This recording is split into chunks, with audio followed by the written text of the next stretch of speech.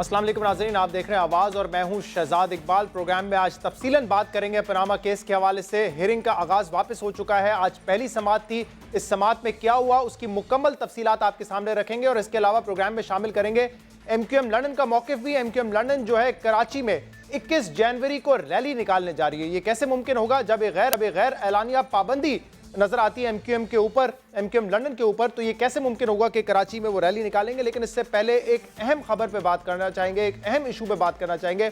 वो है छोटी बच्ची तैयबा का, 10 साल बच्ची जिस पर बेहद तशद्दुद किया गया, शदीद तशद्दुद किया गया। बेरहमी से उस मासूम बच्ची को मारा पीटा गया और मुबैना तौर पर ये राजा खुर्रम अली खान साहब जो कि जज हैं, डिस्ट्रिक्ट जज हैं, उनकी वाइफ पर इसका इल्ज़ाम है, उन पर और उनकी वाइफ पर उसका इल्ज़ाम है। महरीन जफ़र FIR भी कट चुकी है, नामजद है ये दोनों, और इस्लामाबाद हाई कोर्ट ने इसका नोटिस भी लिया था। लेकिन ऐसा लग रहा था कि इस मासूम बच्ची को, क्योंकि ये गरीब घराने से ताल्लुक़ रखती है, कि इसको इंसाफ नहीं मिलेगा। लेकिन अच्छी खबर यह है कि chief justice of Pakistan Saqib Nisar साहब ने इस केस में सू मोटो एक्शन लिया है।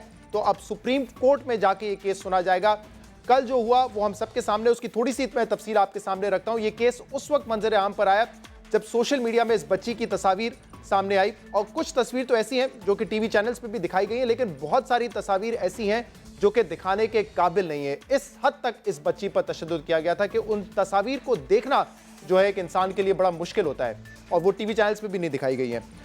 इसके बाद मीडिया ने पिकअप किया, बाद में इंतज़ामिया जो है होश में आई, इस्लामाबाद हाई कोर्ट ने नोटिस लिया और इस बच्ची का बयान रजिस्टर करवाया गया।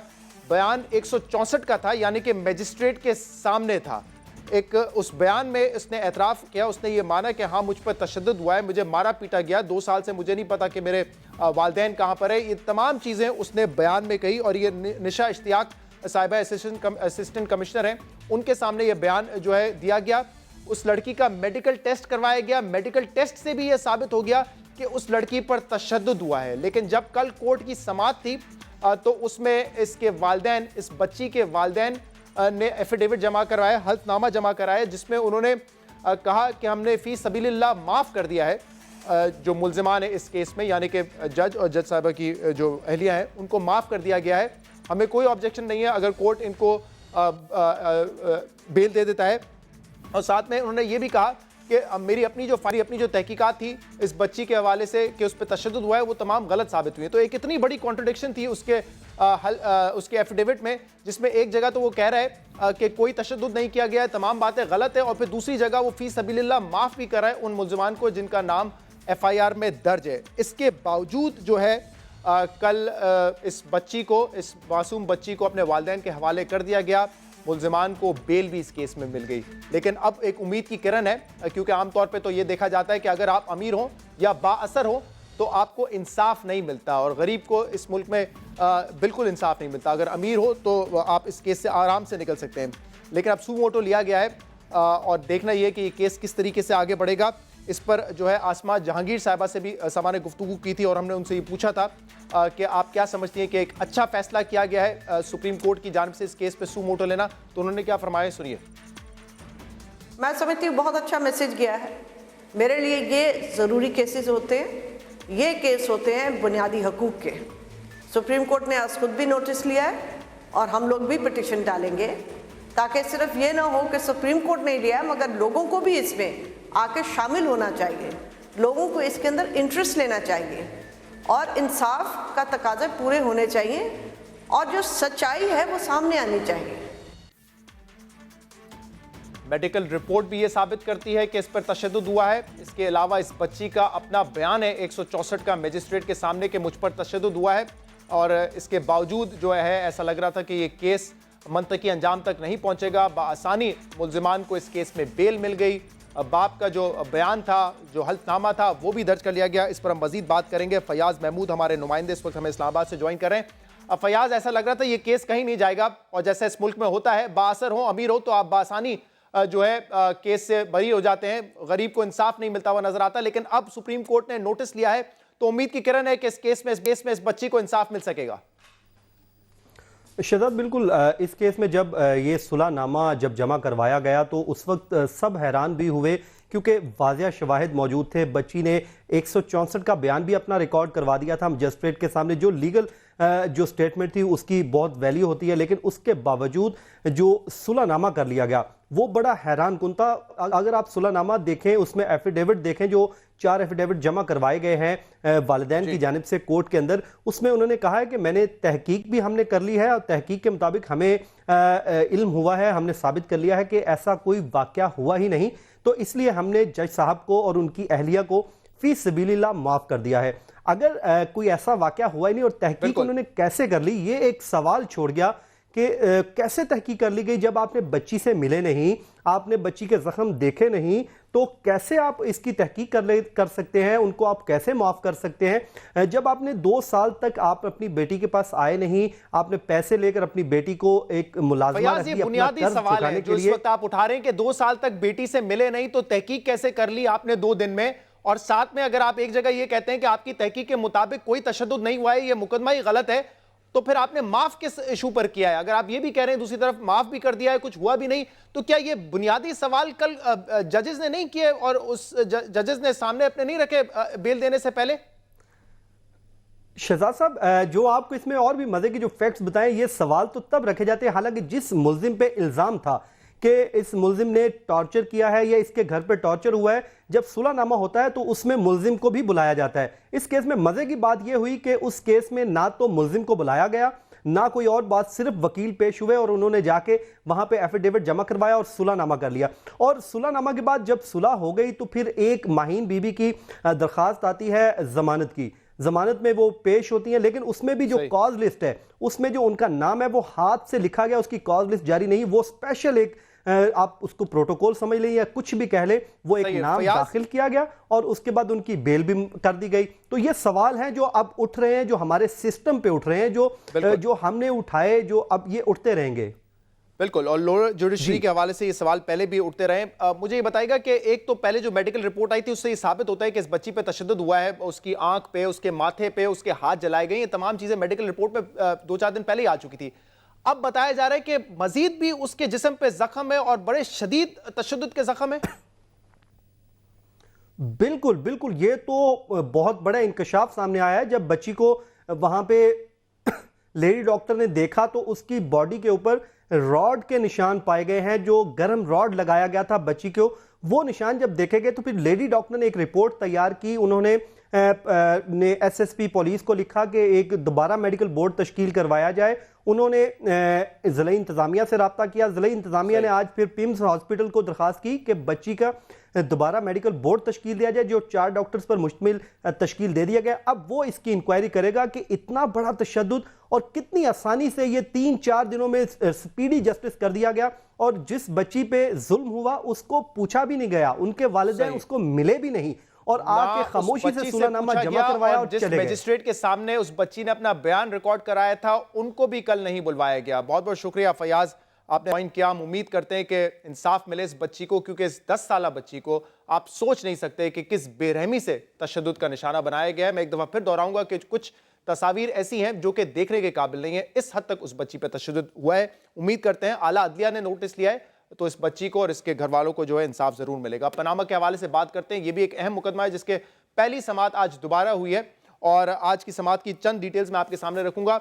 एक तो नवाज शरीफ साहब के वकील से चंद सवाल पूछे गए हैं। नवाज शरीफ साहब के वकील अब तब्दील हो गए हैं, मखदूम अली खान साहब हैं, और मखदूम अली खान साहब सीनियर लॉयर हैं, पहले अटॉर्नी जनरल भी रह चुके हैं। कुछ देर पहले उमर चीमा साहब ने हमारे चैनल पर यह इंकशाफ किया कि जो पनामा लीक्स में नाम आए थे उनमें एक कंपनी मखदूम अली खान साहब की भी थी, और वो उस वक्त बनाई गई थी जब वो अटॉर्नी जनरल थे पाकिस्तान के।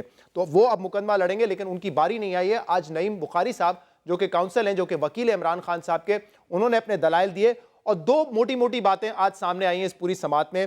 एक तो ये कि ये कंपनीज शरीफ फैमिली की है, इसमें तो कोई इनकार नहीं है, ये तो खुद हुसैन नवाज जो है इस पे मान चुके हैं। लेकिन ये कंपनीज 2006 से पहले भी शरीफ फैमिली की थी, ये साबित करने की जिम्मेदारी पाकिस्तान तहरीक इंसाफ पे डाली गई है, और उनसे पूछा गया है कि आपके पास कौन से सबूत हैं जो ये साबित करते हैं कि 2006 से पहले भी कंपनीज शरीफ फैमिली की थी। दूसरा, मनी ट्रेल का जो सारा बर्डन है साबित करने का कि ये पैसा आया कहां से, 2006 में अगर आपने अपार्टमेंट लिए तो वो पैसा कहां से आया, कैसे बनाया गया, वो साबित करने की जिम्मेदारी पाकिस्तान मुस्लिम लीग नून या फिर ये कह लें कि शरीफ फैमिली की जिम्मेदारी होगी कि उन्होंने इस चीज को साबित करना है कि पैसा आया कैसे। क्योंकि आज जजेस ने अपने रिमार्क्स में ये कहा कि दो मुख्तलिफ ट्रेल नजर आती हैं। एक जगह तो नवाज शरीफ साहब ये फरमाते हैं कि पैसा दुबई से जिद्दा गया और जिद्दा से पैसा जो है वो लंदन गया, लेकिन दूसरी जगह जहां पर बच्चों ने अपना जवाब जमा कराया कोर्ट में, वहां पे मनी ट्रेल मुख्तलिफ है। वहां दुबई से पैसा कतर गया और कतर से पैसा जो है वो लंदन चला गया, वहां पे ये मनी ट्रेल है। तो मनी ट्रेल में तजाद है, इसलिए ये मनी ट्रेल पर शरीफ फैमिली को सबूत देने पड़ेंगे। जो सवालात आज किए हैं, और मखदूम अली खान साहब जो कि वकील हैं नवाज शरीफ साहब के, उन्होंने इसके जवाब देने हैं। एक सवाल तो ये है कि नवाज शरीफ कब अवामी ओहदों पर रहे, ताकि ये पता चल सके कि अवामी ओहदों पर रहते हुए उन्होंने कोई फवायद तो हासिल नहीं किए। वज़ीर आज़म कितना अरसा जिला वतन रहे, सवाल नंबर 2 ये था। फिर ये भी पूछा गया कि 1980 से लेकर 1997 के दौरान वज़ीर आज़म साहब करते क्यों थे, क्योंकि 1997 में एक इंटरव्यू में वज़ीर आज़म साहब ने वाज़े तौर पे ये कहा है कि मैंने अपने आप को बिजनेस से अलहदा कर लिया, लेकिन जब ये अपार्टमेंट्स खरीदे गए या दुबई में स्टील मिल बेची गई 1980 में, वहां से लेकर 1997 तक ये अपार्टमेंट्स, उस वक्त तक वज़ीर आज़म क्या करते थे नवाज शरीफ साहब, ये तफसीलात भी मांगी हैं। जायदाद मियाँ शरीफ की थी, यानी कि नवाज शरीफ साहब के वालिद की, तो उसकी तकसीम क्यों नहीं हुई, और तकसीम जब हुई तो तमाम जायदाद जो है वो सिर्फ पोते के हिस्से में कैसे आ गई, और इसका कोई रिकॉर्ड है तो वो भी मांगा है, यानी कि कोई वसीयत है तो वो भी तलब की है अदालत ने। कतरी खानदान और शरीफ खानदान के दरमियान अगर सेटलमेंट हुई है तो उसका कोई रिकॉर्ड है तो वो जमा करवाया जाए। ये वो सवाल है जिसके जवाब देने हैं अब वकील नवाज शरीफ के जो हैं। मजीद इस सिलसिले में बात करेंगे। हमारे साथ पाकिस्तान तहरीक से आज प्रोग्राम में होंगे इमरान इस्माइल साहब। बहुत बहुत शुक्रिया इमरान इस्माइल साहब प्रोग्राम में ज्वाइन करने के लिए, और मोहसिन हसन रांझा साहब जो कि मेंबर नेशनल असेंबली हैं, वो हमें ज्वाइन करेंगे। मोहसिन शाहनवाज रांझा साहब हमें ज्वाइन करेंगे लाहौर से, मेंबर नेशनल असेंबली पाकिस्तान मुस्लिम लीग नून। बहुत बहुत शुक्रिया मोहसिन साहब, आपने भी प्रोग्राम में हमें ज्वाइन किया। इमरान इस्माइल साहब, आज भी एक पॉइंट बड़ा वाजे कर दिया गया है कि शरीफ फैमिली के अपार्टमेंट्स हैं 2006 के बाद से, ये तो सबको पता है। आप लोगों का क्लेम है कि 2006 से पहले भी अपार्टमेंट इनके थे। ये साबित करने की जिम्मेदारी आपकी है। कोई इस पे कॉन्क्रीट एविडेंस अब तक नहीं आया है जो कि वाजे कर दे कि हाँ 2006 से पहले भी अपार्टमेंट्स जो हैं इन्हीं के थे। बहुत शुक्रिया शहजाद। देखिए, हमने जो डॉक्यूमेंट्स जमा कराए हैं उसमें एक बड़ा इंपॉर्टेंट डॉक्यूमेंट है जिसको मरियम सफदर ने एग्जीक्यूट किया है as sole beneficiary of the company of Nielsen and नेस्कॉल, और उसमें उन्होंने चेंज ऑफ डायरेक्टर्स के ऊपर जो रेजोल्यूशन है उसको साइन किया है as sole proprietor, sole beneficiary. तो वो अगर 2004 का ये डॉक्यूमेंट है जो हम आप शायद अपनी स्क्रीन पे भी दिखा सकें, वो डॉक्यूमेंट अगर आप देखें तो वो किस हैसियत में वो साइन कर रहे हैं। 2006 को हुआ है, 3 फरवरी 2006 को साइन हुआ है, लेकिन जो उसमें चेंज ऑफ डायरेक्टरशिप है वो 2004 की लिखी हुई है ऊपर। जी, तो वो अगर वो 2004 की चेंज ऑफ डायरेक्टरशिप को सफदर किस तरह साइन कर सकती हैं? इस तरह के बहुत सारे डॉक्यूमेंट्स जो पीटीआई ने जमा कराए हैं, बड़े जामे मैं समझता हूँ डॉक्यूमेंट्स हैं, और इस डॉक्यूमेंट्स की ऑथेंटिसिटी चैलेंज भी कोई नहीं कर सक रहा, इसलिए कि आईसीआईजे के जो यहाँ पे उमर चीमा साहब हैं, उनसे अगर आप पूछें तो उन्होंने ऑथेंटिकेट भी किया है। इसमें मोज़ैक फ्रांसिस्का की स्टैंप भी लगी हुई है और इसके ऊपर सारी ऑथेंटिकेशन मौजूद है और इसकी चेन मौजूद है इन डॉक्यूमेंट्स की। ये कोई आज भी तलाल साहब चीफ ये कह रहे थे कि ये रद्दी है और रद्दी जितनी भी जमात करा दी जाए उसका कोई फायदा नहीं होगा क्योंकि ये गैर मुसद्दिका है सारे। तलाल साहब के लिए तो अलावा उस कतरी खत के जो आया है मुकद्दस किताब की तरह, उसके अलावा तो हर चीज़ ही जो है वो रद्दी है, या कतरी है या रद्दी है, इसके अलावा तो कुछ भी नहीं है उनके नज़दीक। तो इसके अलावा देखें ना, उनको तो कोई वजारत चाहिए, किसी तरह भी मिल जाए, वो चाहे चोरों की हिमायत से मिले, चाहे वो डकैतों की हिमायत करें, चाहे वो सारे दिन झूठ बोलते रहें, लेकिन वो किसी तरह उस ओहदे तक पहुंचना चाहते हैं जो उन्होंने अपनी ज़िंदगी का गोल बनाया हुआ है। कोई मुझे बताएं कि तलाल चौधरी की किसी बात में कोई वजन है? सारा दिन बैठ के झूठ बोलना, तलाल चौधरी पे ये प्रोग्राम मजीद आगे नहीं बढ़ेगा। मुझे ये बताएगा इमरान इस्माइल साहब कि वो एक डॉक्यूमेंट जो आप कह रहे हैं जिसमें चेंज ऑफ नॉमिनी डायरेक्टर का जिक्र किया हुआ है, वो चेंज 2004 का है, लेकिन मरियम ने वो 2006 में साइन किया है, मरियम नवाज साहिबा ने। तो आप कह रहे हैं कि वो एक वाहिद डॉक्यूमेंट है जो आपके ख्याल में ये साबित कर देता है कि 2006 से पहले ये कंपनी शरीफ फैमिली की थी? ना, वो वाइड डॉक्यूमेंट नहीं है, और भी कई डॉक्यूमेंट ऐसे हैं मौजूद। 2004 के डॉक्यूमेंट कम से कम 2 से 3 डॉक्यूमेंट इस तरह के हैं जिसमें मरियम सफदर ने साइन किया है उसको as sole beneficiary. Number 1, trust नहीं था मौजूद। मोज़ैक फ्रांसिस्का ने कहा कि जी कोई ट्रस्ट इसके पीछे नहीं है, ये सारा गलत है। नंबर 2, इन्होंने झूठ बोला कि जी ये ट्रस्टी हैं, उस ट्रस्ट की तो ट्रस्ट था ही नहीं, तो ट्रस्टी कैसे हो गई उसकी? ये सोल बेनिफिशियरी रही हैं।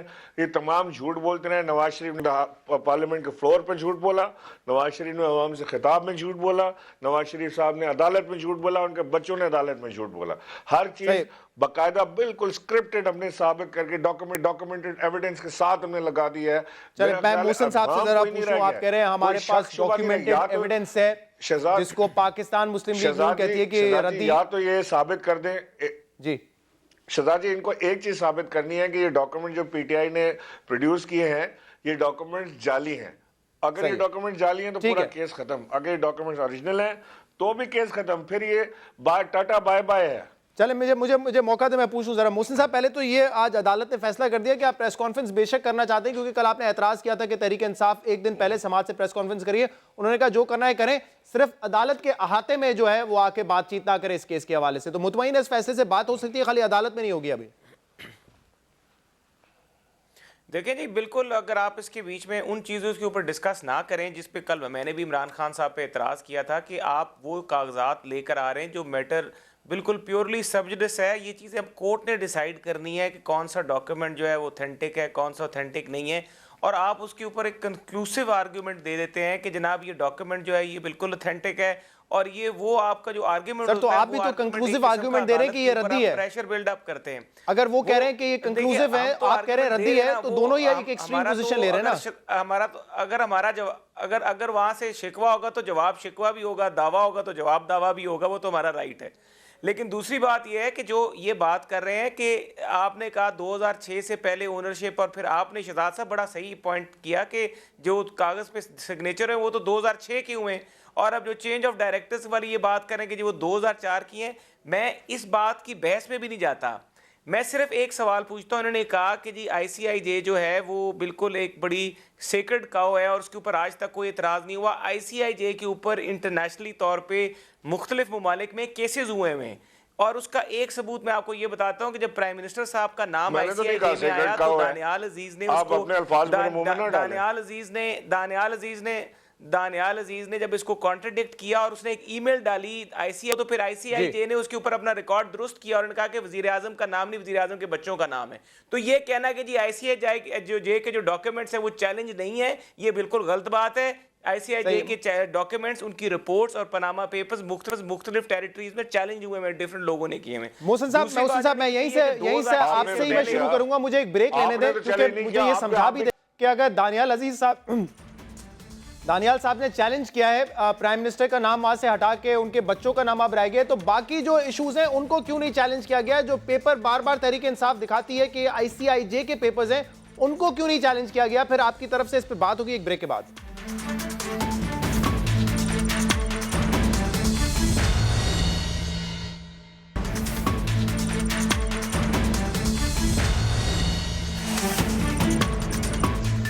वेलकम बैक नाजरीन। प्रोग्राम में हमारे साथ मौजूद हैं इमरान इस्माइल साहब और मोहसिन शाहनवाज साहब। पनामा के हवाले से हम बात कर रहे हैं। मोहसिन साहब, आप खुद कह रहे हैं कि दानियाल अजीज साहब ने भी एक इशू को चैलेंज किया था ICIJ में, उसको करेक्ट किया उन्होंने। तो PTI सिंपली कह रही है कि जो सबूत हमने दिया आप उसको रद्दी कहने की बजाय आप चैलेंज कर दें उसको। तो क्यों नहीं करते उन डॉक्यूमेंट्स को चैलेंज?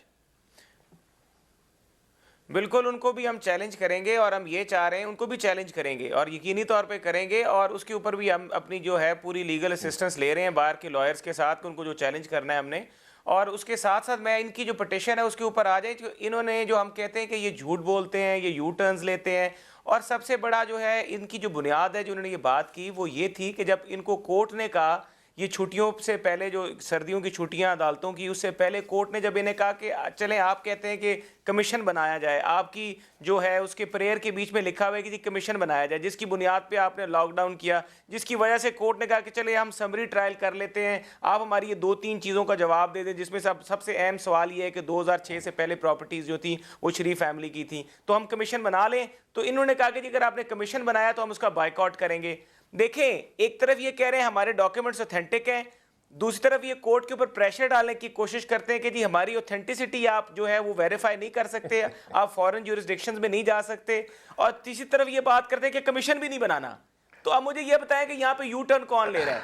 कोर्ट को कह रहे हैं कमीशन मोहसिन बनाए तो हम साहब, आप बाइकॉट इस पे करेंगे। सियासी ऐतराज Documents की उठाएं authenticity आप कि challenge इन्होंने नहीं कर कमीशन सकते। बनाने का कहा था, आप देखिए, कमीशन से मैं- इनकार कर दिया, लेकिन जिस बेंच के सामने इन्होंने कमीशन से इनकार किया था उस बेंच ने इनका फैसला मान लिया और उन्होंने कहा कि छुट्टियों के बाद नया बेंच बनेगा। उन्होंने जबरदस्ती नहीं की कि हम कमीशन नहीं बनाएंगे। तो जब बेंच ने मान लिया, अब आप भी आगे बढ़े, वो तो पुरानी कमीशन- बात हो गई ना। नहीं, बेंच ने माना। देखें, बेंच ने इनको ऑप्शन दी और हमें भी ऑप्शन दी कि आप बताएं अपने जी। क्लाइंट से इंस्ट्रक्शन लेके कि आप जनाब कमीशन बनाना चाहते हैं कि बनाने की फेवर में है या नहीं है।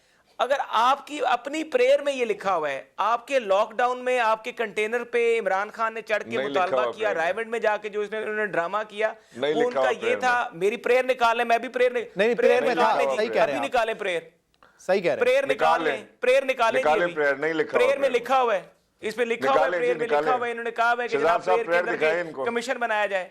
ये शहजाद इतने- साहब, स्क्रीन ये पे प्रेयर दिखाएं प्रेयर इनको, और इनकी इनको प्रेयर अंग्रेजी में- बड़ी अच्छी आती है, जरा पढ़ के बिल्कुल मुझे भी दिखाएं, सुनाएं। शहजाद साहब दिखाएं, प्रेयर में नहीं लिखा हुआ। दिखाएं, नहीं प्रेयर लिखा की हुआ निकालें, प्रेयर में। प्रेयर के बीच में लिखा हुआ है कि जी हमारा कमीशन बनाए। देखें, जो और शुरू में शहजाद साहब 7-8 प्रेयर की बात प्लीज थी, दिखाएं प्रेयर के कमीशन उसमें नहीं बनाए। था, लेकिन हाँ, अंदर प्रेयर- पिटीशन में प्रेयर ये दिखा मुतालबा दे। किया हुआ था कि कमीशन बना दे। मुझे याद है वो शुरू के जो 7-8 जो There you पॉइंट्स go. थे प्रेयर के, उसमें There नहीं you था, go. लेकिन अंदर लिखा हुआ था कि कमीशन प्रेयर का में नहीं मुतालबा था, करते तो हैं। लिहाजा पहले घर से पढ़ के आया करें, तोते की तरह रट के ना आ जाया करें। और उसके बाद ये सारा मैं झूठ बिल्कुल का पढ़ जो के आया आप हूं, पुलंदा इमरान लेकर इस्माइल आते हैं साहब, ना, आपको ये पता इसका नहीं कोई है। फायदा नहीं है। आपने ये जो तोते की झूठ- तरह रटे ना, इमरान चीजों इस्माइल को साहब, मुझे फैक्ट बोलने फिगर्स दें, के हवाले से बात करें। आप मुझे अगर बोलने देंगे तो अगर आप भी बोलते रहेंगे, मेरी अच्छा, बात नहीं मोहसिन सुनेंगे, साहब, तो फिर इसका मतलब ये है कि आज आप जो बोल समाप्त रहे हुई हैं। उसके हवाले से झूठ दो ना बोलें। बड़े अहम सवाल हैं।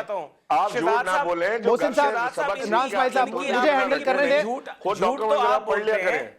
देखें, आपको मैं डॉक्यूमेंट बताता हूं, आप सबसे बड़े झूठे हैं पाकिस्तान के, और आपके ऊपर ये मुसद्दका तौर पे मोहर लग गई है जुडिशियल कमीशन के फैसले के बाद कि आप झूठे हैं। आपने मुझे वो तो- झूठ बोला कि मुझे तो धांधली, और हंसी फिर इस पे आपके आती मुंह है पे वो कि मैं फैसला सोचता जुडिशियल ये हूं कमीशन का लगा, कि एक लेकिन आदमी को आपके जब ऊपर पता मुझे हो, हंसी इस बात पे आ एक रही है शख्स कि को जब आप पता हो इतने कि बड़े वो झूठ झूठे और बोल रहा इतनी है, दिलेरी से और झूठ उसके बोलते हैं, जिसकी आप चमचागिरी और कर रहे हैं, इतने उसने चोरी दिलेरी की है से मोहसिन साहब, बोलते हैं ताकि वही लोगों को रेटरिक ये के दोनों पता तरफ से चले आता रहेगा। आप झूठे, वो कहेंगे आप झूठे, इसको छोड़ दें, मेरे सवाल का जवाब दे दें। मोहसिन साहब, आज भी इसी पॉइंट पे बात हुई है कि मनी ट्रेल देना जिम्मेदारी है फैमिली की, और आज जज ने बाकायदा इस चीज को हाईलाइट किया कि 2 मुख्तलिफ मनी ट्रेल दी गई हैं। नवाज शरीफ साहब ने कहा था अपने बयान में, दुबई से पैसा जिद्दा गया, जिद्दा से लंदन गया। बच्चों ने जो अपना बयान जमा कराया है उसमें कहा है दुबई से पैसा कतर गया, कतर से पैसा लंदन गया। ये जजेस ने पॉइंट आउट किया। आज के 2 मुख्तलिफ ट्रेल हैं। नहीं, देखें उन्होंने जो बात की है, उन्होंने दुबई की जो इन्वेस्टमेंट्स थी उनका उन्होंने हवाला अपनी स्पीच में दिया है, और उसके बाद आगे जाके जब उनकी कंक्लूड होती है वो स्टेटमेंट जो असेंबली में, जिसके ऊपर ये बड़ा शोर डाल रहे हैं, और अब इनका केस जो था करप्शन का खत्म होकर अब सिर्फ मिस स्टेटमेंट का रह गया है। सर, तो मिस स्टेटमेंट पे क्यों ना बात की जाए? सारी बुनियादी इस पे है कि झूठ बोला या नहीं बोला है। मैं उस पे भी आ जाता हूं। मैं इनकी करप्शन भी खत्म हो गई, इनकी मनी इस पे एतराज क्यों उठाते हैं आप? मोहसिन साहब, इस पर क्या, मोहसिन साहब मेरा सवाल सुन लें, इस पर एतराज किया है कि ये करप्शन, मनी लॉन्ड्रिंग को भूलकर हमारे स्टेटमेंट में झूठ तलाश करते हैं। अगर झूठ बोला गया है तो उस पर एतराज किया है, फिर ये तो उठाएंगे ना इस इशू को। मैं जवाब दे रहा हूं कि ये उस इशू को उठाए, हमारे पास उसका भी जवाब है। हम एक बात करते हैं कि ये थे वो वसाइल। जब हम वसाइल की बात करते हैं तो वसाइल के जो पीछे बैकग्राउंड में हम सारी एक्सप्लेनेशन देते आ रहे हैं, आप उसको गौर से पढ़ें। ये तो नहीं कि अगर आप हाथी का मतलब मुंह के साथ दुम को जोड़ दें और बीच वाली सारी बात गायब कर दें, जिस तरह अभी आपने कहा कि पिटीशन में बात हुई है कमीशन बनाने की और आगे प्रेयर में नहीं है, तो ये इसका मतलब नहीं है कि पिटीशन के बीच में कमीशन की बात ही नहीं हुई। ठीक है, अब मुझे इमरान इस्माइल साहब से सवाल कर दें। मैं करेक्ट कर रहा था आपको, आपने कहा प्रेयर में है तो प्रेयर में नहीं है। ठीक है, इमरान इस्माइल साहब मेरे सवाल का जवाब दे दें। इमरान इस्माइल साहब, कल आपने प्रेस कॉन्फ्रेंस की और आपने कहा कि जो डॉक्यूमेंट्स हमारे पास आए हैं, जो ईमेल्स का तबादला था, उससे यह साबित हो जाता है कि इन कंपनीज के साथ कोई ट्रस्ट नहीं है। लेकिन मैंने भी अपने तौर पे पता किया है, 2-3 जो वकला है बरतानिया में, उनसे बात हुई और वो कह रहे हैं कि ट्रस्ट रजिस्टर करने की जरूरत नहीं है। ये 2 लोगों के दरमियान कॉन्ट्रैक्ट होता है, ए और बी के दरमियान। उन्होंने अगर वो कॉन्ट्रैक्ट किया है तो उस कॉन्ट्रैक्ट को रजिस्टर करवाने की जरूरत नहीं है।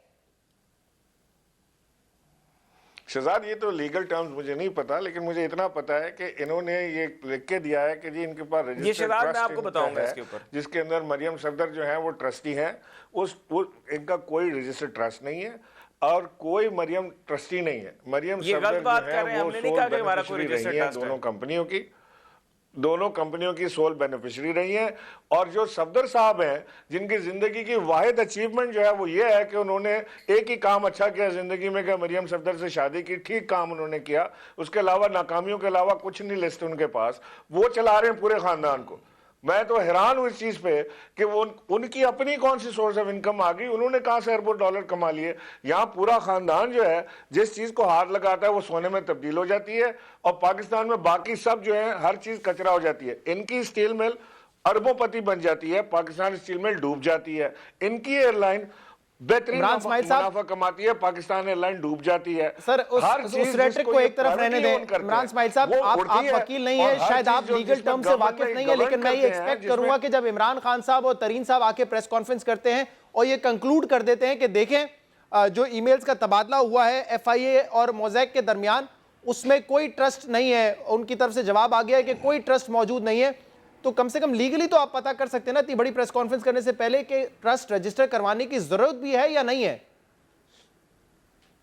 शहजाद देखें, बात यहाँ पे जरूरत की नहीं हो रही, यहाँ पे बात ये हो रही है कि इन्होंने इन according to their statement in the court के जनाब ये रजिस्टर्ड ट्रस्ट हैं और इसकी ट्रस्टी हैं मरियम नवाज, नहीं है। ये झूठ बोल रहे हैं इमरान साहब, मुझे बताएं हमारी स्टेटमेंट कौन सी झूठ। मैं जरा मोहसिन साहब से पूछ रहे हैं। जी मोहसिन साहब, झूठ बोला है, क्या जरूरत थी क्या नहीं थी, तो मैं नहीं कह रहा, इतना बड़ा, मैं तो सिर्फ ये कह रहा हूं कि ये झूठ बोल रहे हैं, इन्हें कहें कि कोर्ट में कौन सी स्टेटमेंट है। अच्छा मोहसिन साहब, हमारी ट्रस्ट है और रजिस्टर्ड ट्रस्ट है। मोहसिन साहब जरा बता दें ये ट्रस्ट वाला क्या मामला है, कोई ट्रस्ट है या नहीं है, क्योंकि कल तो जो मोज़ैक ने रिप्लाई किया था उसमें तो कोई ट्रस्ट नहीं है, वो कहते हैं। मैं आपको बता देता हूं, इन लोगों को पहले जो वकील इनके चाचा ने भतीजे को कहा कि ट्रस्ट मेरा है, इस ट्रस्ट पे तुम 72 करोड़ मुझे दे दो, भतीजे ने चाची को दे दिए पैसे, गिफ्ट में ले चले जा रहे हैं, पूरा खानदान गिफ्ट पे चल रहा है, हमारी कोई जीरो नदारत। अब रजिस्टर्ड ट्रस्ट, मोहसिन साहब को बात करने दें इमरान साहब जी। रजिस्टर्ड ट्रस्ट की जो बात, ये अभी झूठा बंदा फिर बोलने नहीं देगा ना, वो बात काटेगा हमेशा। अब बाद में ये कर रहा हूँ कि जो ये बात कर रहे हैं कि रजिस्टर्ड डॉक्यूमेंट है, मैं आपको बताता हूँ कि ये कोर्ट में चीज एस्टैब्लिश हो गई है। अब बारी बारी बात कर ले, एक दूसरे को झूठा ना बोले तो बेहतर होगा, प्रोग्राम खराब होगा इससे। अगर आप तो ये बात बर्दाश्त भी नहीं कर सकते, काफी देर से झूठा कह रहे हैं, अभी खुद थोड़ी देर झूठा सुना, आप दोनों ही कह रहे हैं। मोहसिन साहब आगे बढ़े ना, चले वक्त खत्म हो जाएगा। मैं वो बता रहा हूं कि जो ट्रस्ट की बात ये कर रहे हैं, ट्रस्ट के ऊपर इंग्लिश लॉ बड़ा क्लियर है, और जो कोर्ट के बीच में ये पहले पिछली हियरिंग्स में ये बात सेटल हो चुकी है तकरीबन, और जो इनका जो इशू था उसको हमने बिल्कुल सेटल डाउन कर दिया। अब उसके ऊपर कोर्ट की जजमेंट भी आएगी कि जो इंग्लिश लॉ के बीच में जो ट्रस्ट होता है, वो आप बिल्कुल दुरुस्त कह रहे हैं शहजाद की, दैट इज अ डॉक्यूमेंट और a contract between two people. वो एक सिर्फ ट्रस्टी होता है और उसका बेनिफिशियरी होता है। और इंग्लिश लॉ ऑफ ट्रस्ट के बीच में ट्रस्ट की बहुत ज्यादा टाइप्स होती हैं, उसके बीच में ऐसी टाइप्स है जो रजिस्टरेबल नहीं भी है, जिसमें सीक्रेट ट्रस्ट भी होते हैं, लेकिन उसको डिस्क्लोज होना कोई जरूरी नहीं होता कि आप डिस्क्लोज करें ना करें। तो ये जो ट्रस्ट है, ये उस ट्रस्ट के नीचे ये ट्रस्ट बना हुआ है। और दूसरी बात ये है कि अब इमरान साहब जरा चुप तो करें ना आप, अब मुझे भी जरा सुन लेना। अच्छा, इमरान इस्माइल साहब का पैसा छुपाने के लिए सारी चीजें करने की जरूरत होती है, जो BVIs है यार, आप चुप करें ना। अच्छा मेरे पास वक्त खत्म हो जाएगा बिल्कुल, अब आपके पास लास्ट कमेंट दे दे जी। अब देखें, और दूसरी बात ये कि जो ब्रिटिश वर्जन आइलैंड्स हैं उसके बीच में ये पैसा कहां से आया, इतना पैसा आया किधर से, कमाई का जरिया तो बता दें। रजिस्टर्ड कंपनी यार, अब आपको पैसे चले, मेरे पास वक्त बिल्कुल खत्म हो गया। मोहसिन साहब आपका शुक्रिया, इमरान साहब आपको भी शुक्रिया। दो चीजें मैं एक दफा फिर वाज़ेह कर दूं जो आज ज़ेरे बहस आई हैं। 2006 से पहले ये कंपनी शरीफ फैमिली की थी, ये साबित करना है PTI ने, और मनी ट्रेल कि ये असासे खरीदे कैसे गए, इसकी मनी ट्रेल देनी है शरीफ फैमिली ने। ये सेगमेंट यहीं पे क्लोज करेंगे। एक ब्रेक के बाद नदीम नुसरत साहब हमारे साथ होंगे और उनसे पूछेंगे, आपने रैली का ऐलान तो कर दिया है, ये रैली निकालेंगे कैसे, क्योंकि माजी में जब भी MQM लंदन के हिमायती सड़कों पे निकले हैं तो गिरफ्तारियां हुई हैं। एक ब्रेक के बाद नदीम नुसरत साहब हमारे साथ होंगे, हमारे साथ रहिएगा।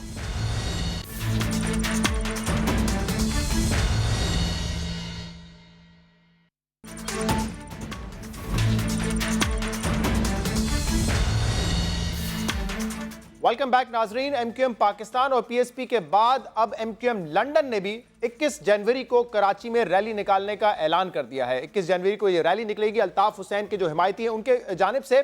लेकिन इंटरेस्टिंग बात यह है कि ये रैली पाकिस्तान कौमी मूवमेंट के बैनर तले निकलेगी। MQM अपने नाम के तहत ये रैली नहीं निकाल रही है। अब इसकी वजह क्या है? क्या वजह यह है कि MQM को सियासी सरगर्मियां करने की इजाजत नहीं है, इस वक्त एक गैर एलानिया उन पर पाबंदी है। क्योंकि जिस दिन प्रेस कॉन्फ्रेंस करने जा रहे थे कराची प्रेस क्लब में, उस दिन उनके 2 राब्ता कमेटी के मेंबरान हैं जिनको हिरासत में लिया गया। योम शोदा के दिन भी हमने देखा जो कुरान खानी करने के लिए वर्कर्स बाहर आए थे तो वहां पर भी पकड़ दकड़ हुई, लॉ एनफोर्समेंट एजेंसीज ने वहां पर भी आके लोगों को मुंतशिर किया था। तो क्या ये वजह है, क्या खौफ है जिसकी वजह से MQM अपने नाम से नहीं बल्कि पाकिस्तान कौमी मूवमेंट के बैनर तले ये रैली निकालने जा रही है? इंटरेस्टिंग बात यह भी है कि इस जमात के पाकिस्तान कौमी मूवमेंट के जो सरबराह हैं वो सैयद अली काज़मी साहब हैं, और सैयद अली काज़मी साहब बड़े मशहूर हैं इस हवाले से कि वो MQM पर माजी में बड़ी तनकीद करते रहे हैं, अल्ताफ़ हुसैन पर तनकीद करते रहे और कई पिटिशंस भी उनके खिलाफ जो हैं वो अदालत में लेके गए हैं। अभी रिसेंटली भी सिंध हाई कोर्ट में एक पिटिशन लेके गए थे 12 मई के हवाले से, जिसपे उन्होंने फरीक बनाया था अल्ताफ़ हुसैन को, मुस्तफ़ा कमाल को और वसीम अख्तर साहब को। तो माजी में तनकीद करते रहे, लेकिन इस वक्त अपना प्लेटफॉर्म दे रहे हैं MQM को अपनी ताकत का मुजाहरा करने के लिए। अब सवाल ये पैदा होता है कि अपने नाम के तहत नहीं, किसी और के नाम के तहत अगर ये रैली निकालते हैं तो क्या इसकी इजाज़त रियासत उनको देगी या नहीं देगी, और अगर ये सड़कों पे आते हैं तो कितनी बड़ी तादाद में आएंगे? क्या मेजॉरिटी जो है MQM वो सपोर्ट करेगी इसको, या वो आज भी MQM पाकिस्तान यानी कि डॉक्टर फारूक सत्तार ग्रुप के साथ है? तो इस पर बात करने के लिए हमने दावत दी है नदीम नुसरत साहब को, कन्वीनर है MQM लंदन के। बहुत बहुत शुक्रिया नदीम नुसरत साहब प्रोग्राम में हमें ज्वाइन करने के लिए। बताइएगा क्या ये खौफ है कि अगर आप अपने नाम से ये रैली निकालते तो शायद पकड़ धकड़ होती, इसकी इजाज़त आपको नहीं मिलती, क्या इसीलिए पाकिस्तान कौमी मूवमेंट के बैनर तले आप ये रैली निकालने जा रहे हैं? MQM को काम करने की इजाज़त नहीं दी जा रही है, और मैं समझता हूँ कि इसमें ये जो बार बार आता है लंदन का, ये बेसिकली देखें MQM की शनाख्त अल्ताफ़ हुसैन साहब और वही इसके कायद हैं, जहाँ वो खड़े हैं वो MQM है, और मैं समझता हूँ कि MQM एक ही है। जहाँ तक ये पाकिस्तान कौमी मूवमेंट के बैनर तले करने का मामला है, तो ये कोई ऐसा नहीं है कि ये वे अराउंड है, बल्कि ये एक प्रपोजल इस जमात के सरबराह और इनकी जो मरकजी काबीना है उनकी जानिब से आई थी। हमारे इल्म में जो कुछ उन्होंने माजी में किया है, इंडिविजुअली जो कुछ किया हमारे हवाले से, वो भी हमारे इल्म में है, लेकिन उनकी जमात की मरकजी काबीना ने और क़यादत ने ये सोचा कि जो MQM है उसके साथ ज़्यादती हो रही है, और जब अल्ताफ़ हुसैन साहब के 2 बयानात आ चुके हैं और वो बार बार एक मौक़िफ़ का अपना पाकिस्तान के हवाले से इज़हार कर रहे हैं, तो उन्हें एक फेयर चांस मिलना चाहिए कि वो भी एक रैली से एड्रेस कर सकें। ये उनकी जमात का फैसला है। उन्होंने एक इन्विटेशन भेजी, हमसे बात की, और उसमें चूँकि कोई ऐसी चीज़ नहीं है जो हमारे लिए नई हो, तो वही मौक़िफ़ जो हमारा है वो उनके प्लेटफॉर्म से भी कहा जा सकता है। तो हमने उनकी दावत को एक्सेप्ट करने का फैसला किया। नदीम साहब, डॉक्टर फारूक सत्तार साहब बार बार कह चुके हैं कि MQM पाकिस्तान उनके नाम से रजिस्टर्ड है, तो इलेक्शन जब भी होगा वो अपने नुमाइंदे खड़े करेंगे। तो अफवाहें यहाँ पे ये चल रही हैं कि शायद अब MQM लंदन को एक नए नाम के साथ सियासत करनी पड़ेगी अगर उनको इजाज़त मिलती है। तो क्या आपको नहीं लगता कि ये अब जो आप पाकिस्तान कौमी मूवमेंट के बैनर तले अगर रैली निकालने जा रहे हैं तो उससे उस तासुर को तक़वियत मिलेगी कि शायद अब MQM लंदन अपना नाम चेंज करने चाह रही है या किसी और प्लेटफॉर्म के जरिए वो सियासत करेंगे? नहीं, बिल्कुल। देखिए, MQM जैसे मैंने बार बार अर्ज़ किया कि MQ है जिसके बनाने वाले, जिसको चलाने वाले और जिनके नाम पे जीतने वाले अल्ताफ़ हुसैन हैं, उनके अलावा कोई नहीं है। हमने माजी में देखा कि पीपल्स पार्टी को नेशनल पीपल्स पार्टी बनाई गई, कई और उसकी ग्रुप बनाने की कोशिश की गई। आपने देखा उनके साथ क्या हुआ। आप मुस्लिम लीग में देखा आपने कि नवाज शरीफ साहब को जिला वतन जब्त किया गया, काफ लीग बनाई गई, लेकिन उसके बाद जब हालात नॉर्मल हुए, उनको जब उनकी फेयर उनको पॉलिटिकल स्पेस दी गई, तो आपने देखा कि काफ लीग के साथ क्या हुआ, हकीकी बनाएगी उसके साथ क्या हुआ। जो भी ये समझ रहा है वो, मैं समझता हूँ अहमकों की जन्नत में रहता है अगर वो समझता है कि अगर वो MQM पर कब्जा कर लेगा। MQM वही है जिसके बानी और कायद अल्ताफ़ हुसैन है, इसके अलावा कोई MQM नहीं है। हाँ, बाकी लोगों को सियासत का हक़ है, वो चाहें तो अपनी ख्वाहिश पूरी कर लें कि कोई और जमात बना लें, या अगर वो समझते हैं कि वो उनको MQM में ही काम करना है तो वो अल्ताफ़ भाई को ज्वाइन कर लें। इस वक्त ये MQM हकीकी ग्रुप हो या जो है आप पाकिस्तान मुस्लिम लीग काफ की मिसाल दे रहे हैं, वो अगर जमातें बनाई भी गई तो सवाल ये नहीं पैदा हो रहा है इस वक्त कि PSP बना ली गई है या MQM पाकिस्तान बना ली गई है। सवाल ये पैदा हो रहा है कि एक रियासती पॉलिसी नज़र आ रही है, गैर एलानिया ही सही, लेकिन पॉलिसी ये है कि MQM लंदन को सियासी एक्टिविटी नहीं करने देनी है। कल इस्लामाबाद में प्रेस कॉन्फ्रेंस नहीं होने दी, योम शोदा के मौके पर जब आपके लोग कुरान खानी के लिए निकले वहाँ पर पकड़ दकड़ हुई, उससे पहले आपके राब्ता कमेटी के मेंबरान को हिरासत में लिया गया। तो ये पॉलिसी तो वाज़ेह है और ये माजी में नहीं देखी हमने। देखिए, आपने बिल्कुल वजह फरमाया। मैं इस हकीकत से कतई इनकार इसलिए नहीं कर सकता कि सुबह शाम हमारे पास ही रिपोर्ट मौसूल होती हैं कल रात को भी गिरफ्तारियां हुई हैं। और देखें, अभी हम सब ने वफाकी वज़ीर दाखिला की प्रेस कॉन्फ्रेंस देखी, जिसमें उन्होंने साफ इनकार कर दिया कि इस्लामाबाद में जो कलअदम तंजीमों की समाअत हुए उसका मेरे इल्म में ही नहीं था। और कल उसी इस्लामाबाद में जब एक प्रेस कॉन्फ्रेंस ऐसी होने जा रही है जो एक पाकिस्तान कौमी मूवमेंट के बैनर तले हो रही है और जिसमें इस्तेहकाम पाकिस्तान और यकजहती पाकिस्तान की रैली की बात हो रही है, वहाँ इस्लामाबाद की इंसानियत इतनी बाखबर होती है कि आके उसको रोक देती है। मैं ये समझता हूँ कि मियाँ नवाज शरीफ के साथ भी ये ज्यादती हो रही है कि वो पाकिस्तान का इमेज बेहतर बनाने के लिए जो इक़दाम कर रहे हैं, वफाकी वज़ीर दाखिला बड़ी ढिठाई के साथ कलअदम तंजीमों की हिमायत करके और जो पॉपुलर पॉलिटिकल पार्टीज जो हैं, MKM जैसी जमात हैं, उनके खिलाफ रियासती ऑपरेशन करके पाकिस्तान के वक़ार को नुकसान पहुँचा रहे हैं। ये आपने जो निशानदेही की, मेरी दरख्वास्त होगी कि वफाकी वज़ीर दाखिला से भी ये सब सवालात किए जाएँ कि आप पाकिस्तान के वज़ीर दाखिला हैं, आप इन सवालात का जवाब दीजिए कि एक लेजिटिमेट पॉलिटिकल पार्टी को जो पाकिस्तान की रियासत से अपनी यकजहती और वफादारी का यकीन दिलाती रही और दिलाना चाह रही है, उसको आप इजाज़त क्यों नहीं दे रहे, जबकि दूसरी जानिब आपने इस्लामाबाद में कलअदम तंजीमों को और मुल्क भर में ऑपरेट करने की इजाज़त दी गई है। तो कहीं ना कहीं एहतसाब का अमल उनकी तरफ भी होना चाहिए। कलअदम तंजीमों को बिल्कुल इजाजत नहीं होनी चाहिए कि वो रैलीज निकालें या जलसे करें, लेकिन मामला ये है कि अल्ताफ हुसैन साहब की तकारीर का मामला सिर्फ एक सियासी मामला नहीं, वो उससे आगे निकल चुका है। आप ही की जमात यहाँ पर आर्टिकल 6 का मुतालबा कर चुकी है, यहाँ पे कानूनी केसेस भी उनके खिलाफ है, उनकी तकारीर पे तो पहले ही पाबंदी लगी हुई है।